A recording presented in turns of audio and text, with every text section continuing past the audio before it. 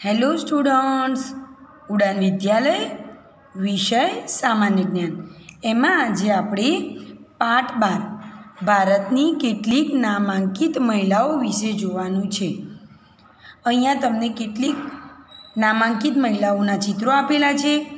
એ ચિત્ર ઓળખી અને એ મહિલાનું નામ બોક્સમાં આપણે વિકલ્પ પસંદ કરી અને ખાલી જગ્યામાં લખવાનું છે। હવે જુઓ બાળક મિત્રો, અહીંયા પ્રથમ ચિત્ર તમે જોઈ શકો છો। તમે બધા કદાચ એને ઓળખતા પણ હશો। તે છે મધર ટેરેસા, જેઓ આપણા ભારતના નાગરિક ન હોવા છતાં પણ ભારતના લોકોની ખૂબ જ સેવા એમણે કરી હતી। તેઓએ નાના બાળકો, જે દુઃખી, દારિદ્ર છે, ચર્મરોગથી પીડિત છે, એવા લોકોની સેવા કરવામાં પૂરું જીવન વ્યતીત કરી દીધું। તેમના જીવનના કેટલાક પ્રસંગો આપણે જોઈએ। इस संस्था का उद्देश्य भूखों, निर्वस्त्र, बेघर, लंगड़े लूले, अंधों और चर्म रोग से ग्रसित ऐसे लोगों की सहायता करना था जिनके लिए समाज में कोई जगह नहीं थी। मदर टेरेसा ने निर्मल हृदय और निर्मला शिशु भवन के नाम से आश्रम खोले। निर्मल हृदय का ध्येय असाध्य बीमारियों से पीड़ित रोगियों व गरीबों की सेवा करना था जिन्हें समाज ने बाहर कर दिया हो। निर्मला शिशु भवन की स्थापना अनाथ और बेघर बच्चों की सहायता के लिए हुई। वो कहते हैं ना, सच्ची लगन और मेहनत से किया गया काम कभी असफल नहीं होता। ये कहावत मदर टेरेसा के साथ सच साबित हुई। मदर टेरेसा को मानवता की सेवा के लिए अनेक अंतर्राष्ट्रीय सम्मान और पुरस्कार प्राप्त हुए।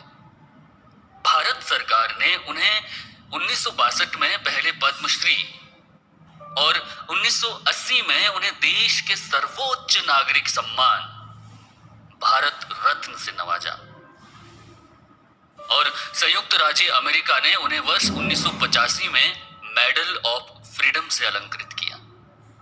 मानव कल्याण के लिए किए गए कार्यों की वजह से मदर टेरेसा को 1979 में नोबेल शांति पुरस्कार मिला। उन्हें यह पुरस्कार गरीबों और असहायों की सहायता के लिए दिया गया।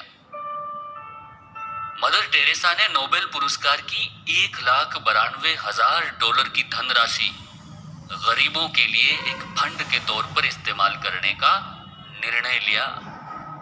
मदर टेरेसा को कई सालों से दिल व किडनी की परेशानी थी।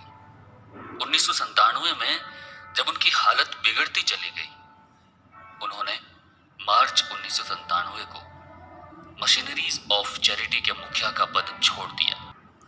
ત્યારબાદ આ બીજું ચિત્ર જે આપણને આપેલું છે તે છે સરોજિની નાયડુ। સરોજિની નાયડુ, જેને આપણે ભારતની બુલબુલ પણ કહેવામાં આવે છે। તેમણે ઘણી બધી કવિતાઓ પણ લખી છે અને સાથે સાથે આપણા ભારત દેશની અંદર ગાંધીજીની સાથે રહી અને દેશના સ્વરાજ્ય માટે પણ એમને ઝંપલાવેલું છે। તો આપણે સરોજિની નાયડુની विशेषताओं विषय समझिए। सम्मान का प्रतीक है। भारतीय महिलाओं के लिए वे एक आदर्श हैं। उनके जन्मदिन को महिला दिवस के रूप में भी मनाया जाता है। सरोजनी नायडू जी का पूरा नाम है सरोजनी चट्टोपाध्याय। इनका जन्म 13 फरवरी 1879 में हुआ था। इनका जन्म स्थान है हैदराबाद। इनके माता का नाम है वारद सुंदरी देवी। इनके पिता डॉक्टर अधोरनाथ चट्टोपाध्याय। इनका विवाह डॉक्टर गोविंद राजुलू नायडू से हुआ था। बेटे और बेटियां पत्नी इनकी कविता लिख डालती, जिसे उनके पिता देख अचंभित हो जाते हैं और वे इसकी कॉपी बनाकर सब जगह बंटवाते हैं। वे उसे हैदराबाद के नवाब को भी दिखाते हैं, जिसे देख वे बहुत खुश होते हैं और सरोजनी जी को विदेश में पढ़ने के लिए स्कॉलरशिप देते हैं। इसके बाद वह आगे की पढ़ाई के लिए लंदन के किंग कॉलेज चली गई। इसके बाद उन्होंने कैम्ब्रिज यूनिवर्सिटी के गिरतो कॉलेज से पढ़ाई की। कॉलेज में पढ़ाई के दौरान भी सरोजनी जी की रुचि कविता पढ़ने व लिखने में थी, होने लगी और बहुत से लोग उनके प्रशंसक बन गए। इस लिस्ट में जवाहरलाल नेहरू, रविंद्रनाथ टैगोर जैसे महान लोग भी थे। वे इंग्लिश में भी अपनी कविता लिखा करती थी, लेकिन उनकी कविताओं में भारतीयता झलकती थी। एक दिन सरोजनी जी गोपाल कृष्ण गोखले से मिली। उन्होंने सरोजनी जी को बोला कि वह अपनी कविताओं में क्रांतिकारीपन लाएं और सुंदर शब्दों से स्वतंत्रता की लड़ाई में साथ देने के लिए छोटे छोटे गांव के लोगों को प्रोत्साहित करें। जी ने उन औरतों को उनके अधिकार के बारे में बताया, उन्हें रसोई घर से बाहर निकाला और देश की आजादी की लड़ाई में आगे आने के लिए प्रोत्साहन दिया। वह देश के अलग अलग बनने के लिए खड़ी हुई और जीतकर पहली महिला अध्यक्ष बन गई। 1928 में सरोजनी जी यूएसए से आई और गांधी जी के अहिंसावादी बातों को माना और उसे लोगों तक पहुंचाया। 1930 में सरोजनी जी ने गुजरात में गांधी जी के नामक सत्याग्रह में मुख्य भूमिका निभाई थी। ત્યારબાદ ત્રીજા નંબરમાં છે અમૃતા પ્રીતમ। તેઓ એક ઉત્તમ પ્રકારના લેખિકા હતા, એટલે કે ઓથર હતા, કે જેમની વાર્તાઓ એ ખૂબ જ પ્રખ્યાત થયેલી હતી। ત્યારબાદ ઇન્દિરા ગાંધી। ઇન્દિરા ગાંધીને તમે બધા જ જાણો છો। ત્યારબાદ ચોથા નંબરમાં આપણને જે ચિત્ર આપ્યું છે તે છે ઇન્દિરા ગાંધી, જેને બધા જ ઓળખો છો। તેઓ આપણા ભારતના પ્રથમ મહિલા વડાપ્રધાન હતા।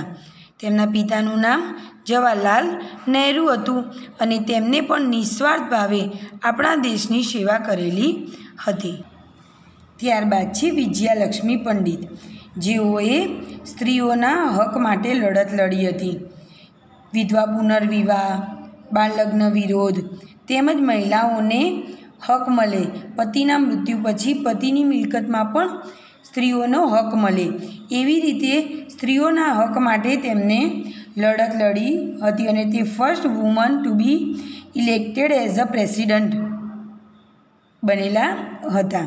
ત્યારબાદ આપણી ઝાંસીની રાણી લક્ષ્મીબાઈ, જેને બધા જ ઓળખે છે, કે જેઓએ પોતાના રાજ્યની રક્ષા કરવા માટે અંગ્રેજોના સામે લડત લડી હતી। તેમનું બાળક નાનું હોવા છતાં તેમને તેમના બાળકને પીઠ પાછળ ભરાવીને પણ લડત લડી હતી। ત્યારબાદ છે એમએસ સુબ્બલક્ષ્મી। એમએસ સુબ્બુલક્ષ્મી એ દક્ષિણ ભારતની એક મહાન ગાયકી ધરાવનાર એમ કે સિંગર છે। ત્યારબાદ છે પીટી ઉષા। પીટી ઉષા એ આપણા ભારતની દોડવીર છે, જેને ઘણા બધા મેડલ્સ મેળવેલા છે। અને છેલ્લે છે બચેન્દ્રી પાલ। બચેન્દ્રી પાલ એ ભારતની પ્રથમ મહિલા હતી કે જે માઉન્ટ એવરેસ્ટ શિખર ઉપર ચડેલી હતી। અને લતા મંગેશકર, જે આપણે ભારતની કોયલ પણ કહેવામાં આવે છે એમને, કે જેમને સિંગિંગ ક્ષેત્રે એટલે કે ગાયકી ક્ષેત્રે અદ્ભુત સિદ્ધિઓ મેળવેલી છે।